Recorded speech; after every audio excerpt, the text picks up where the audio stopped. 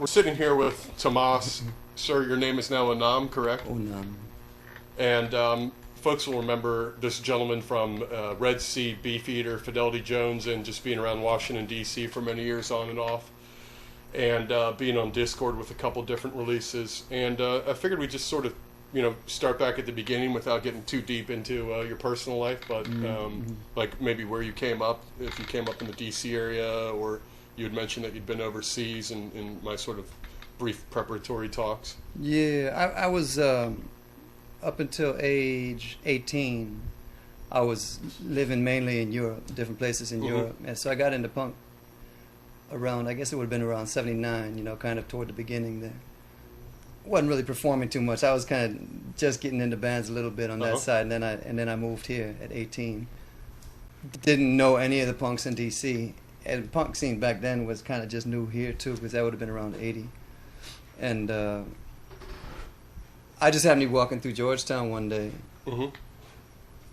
with a friend, and I saw some nice hardcore looking punks walking down the street, and I said, "This is some people I can relate to," And it turned out to be Ian and Henry and a couple of and I think Alec Mackay and stuff. And they were doing an interview for the paper. I think Washington Post or something was interviewing them. So they were sitting in a restaurant or something. So I followed them in, and we got to talking. We got to introducing ourselves, and it was the beginning of a real nice encounter. Gotcha. Yeah. So you had lived in France and Switzerland. Is that pretty accurate? Yeah, I was coming from Switzerland when I moved here. And were you going to school there, or just I was in high school in Switzerland. Gotcha. And what were some of the bands that really got you gravitating towards punk rock when you were overseas? Yeah, punk was new then, so it wasn't a lot of bands.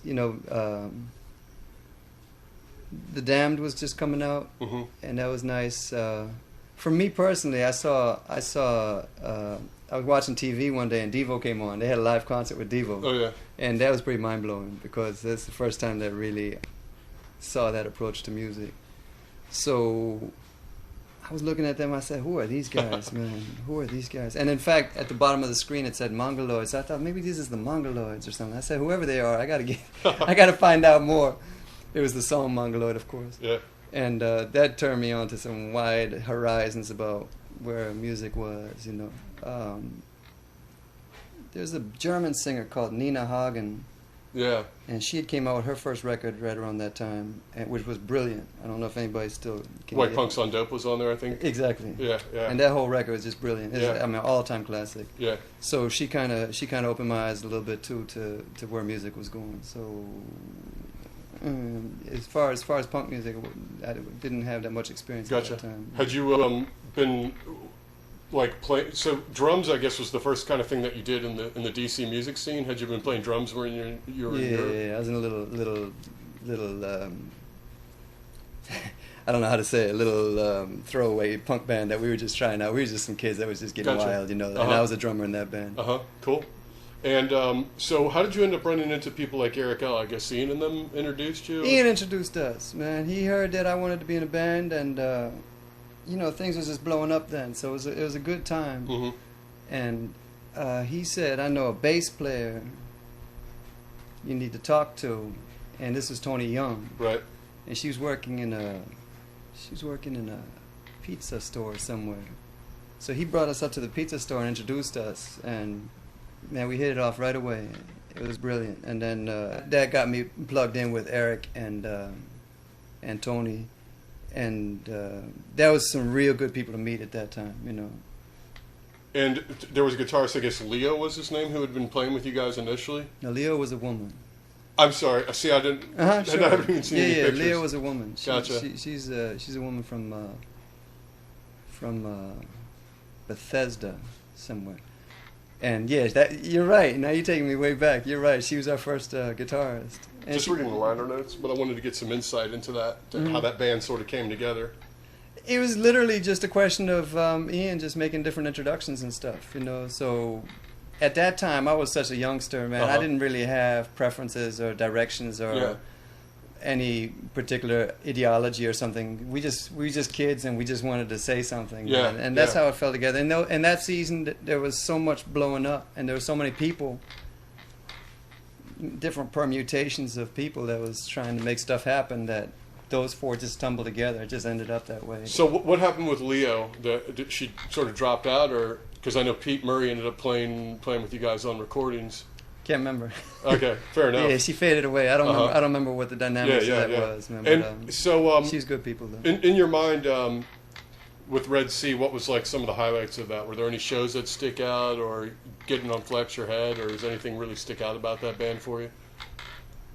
Playing with Tony was a real blessing. And if I had been a little more mature a person, we would have been able to make more enduring stuff happen out of that. I was a little hothead. So I think that was a little bit of a squandered opportunity, musically and relationship-wise. Gotcha.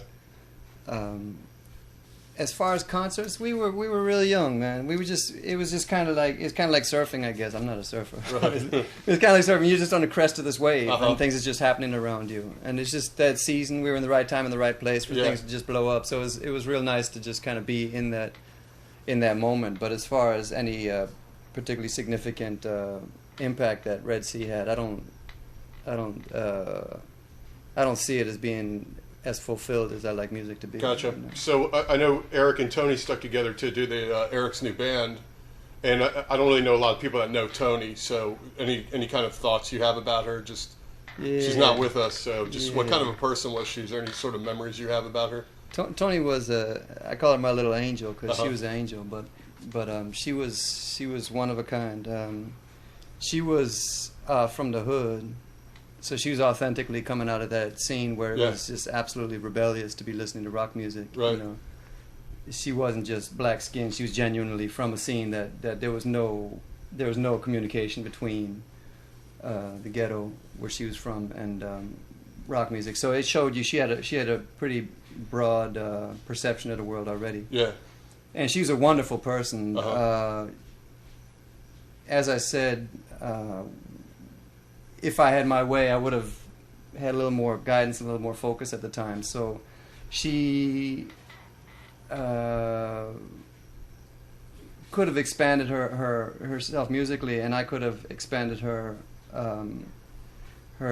direction in life a little bit more. And I think she came out of a fellowship in music where they were kind of being groupies with rock groups and stuff like that. So her thing was half trying to do the right thing and half just having a good time with rock and roll. And I remember she used to tour with the Scorpions or some silly stuff like that. Scorpions, I think. And so as far as what punk could say, and in some ways did say, I don't think she had a chance to plug into it enough. Gotcha. Yeah, and if a few more years or a little bit more responsibility on my part or something, we could have made something really heavyweight happen out of that. But unfortunately, she got taken before she really learned the potential of what true revolutionary kind of lifestyle could do for you. Right. You know?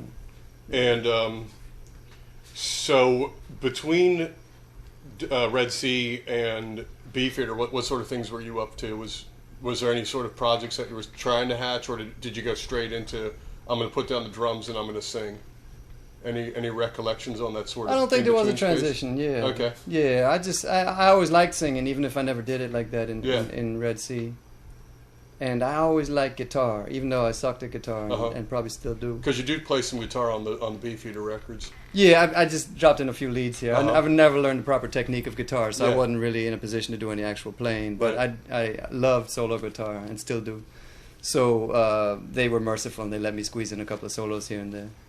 And I think I did that throughout my career. I think even in Fidelity Jones also, they let me put in some solos here and there. And then later on I actually did a solo record.